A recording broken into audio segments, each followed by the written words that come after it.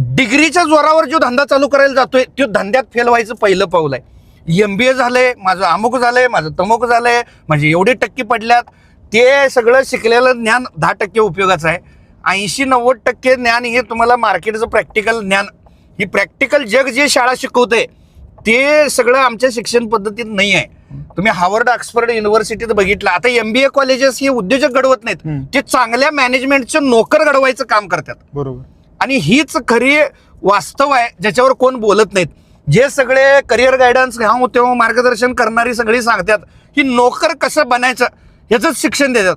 सुशिक्षित बेरोजगार, पैसे मिळवायची अक्कल नाही, ह्या शिक्षण पद्धतीनं डिग्री झालेल्याला शेती करावीशी वाटत नाही, ह्याला चांगली बॉडी बनवावीशी वाटत नाही, ह्याला ह्याचं ज्ञान बुद्धी अक्कल वापरून ह्याचा स्वतःच्या जीवावर ह्याला पैसे कमवता येत नाहीत. मग हे सुशिक्षित कसा? सुशिक्षित बेरोजगार, पैसे मिळवायची अक्कल नाही. असं मी म्हणेन.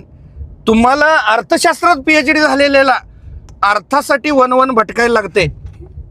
तो मला नोकरी द्या नोकरी द्या म्हणून त्याचं ज्ञान बुद्धी अक्कल वापरून तो लाखो रुपये बनवू शकत नाही.